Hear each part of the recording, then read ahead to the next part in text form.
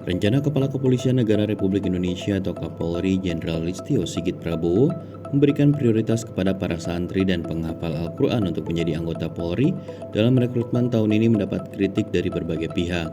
Mereka menilai logika Listio bahwa para polisi berlatar belakang santri akan tahan godaan berbuat korupsi itu salah.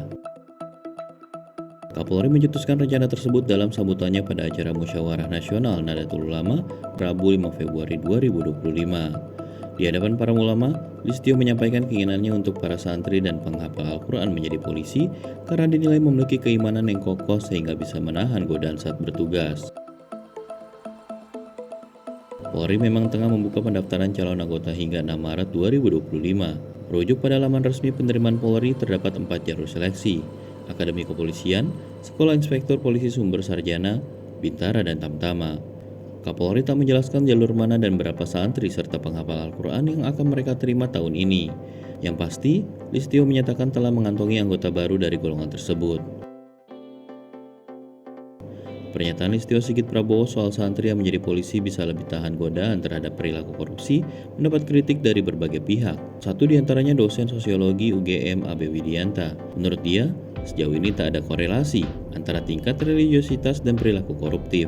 Banyaknya polisi yang melakukan korupsi menurut AB bukan terjadi karena rendahnya tingkat religiositas polisi, melainkan karena sistem yang buruk. Sistem di lingkup internal Polri yang buruk, dia menambahkan, membuat korupsi makin subur.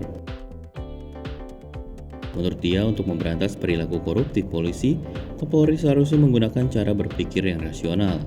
Untuk memberantas anak buahnya berbuat korupsi, AB menyarankan Kapolri menegakkan hukum secara benar secara internal. Selama ini menurut dia, banyak anggota kepolisian melakukan korupsi tapi tidak jelas penindakan hukumnya. Hal itu yang kemudian tak menimbulkan efek jera terhadap anggota lainnya. Peneliti dari Lembaga Institute for Security and Strategic Studies, Bambang Rukminto, berpendapat sama. Dia mengatakan tingkat religiositas tak bisa menjadi jaminan seseorang untuk tidak berperilaku koruptif, apalagi kepolisian bukan lembaga agama.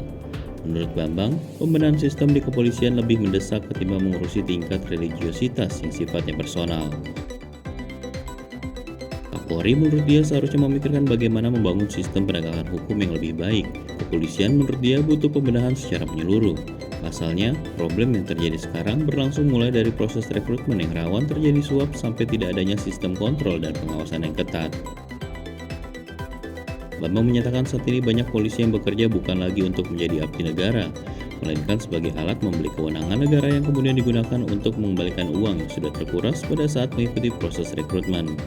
Hal ini menurut dia diperparah dengan sikap permisif Polri terhadap perilaku anggotanya yang menyimpang. Hasil survei yang dilakukan Lembaga Survei Indonesia pada 2017 lalu menunjukkan bahwa kesalehan masyarakat bukan faktor yang menentukan perilaku korupsi.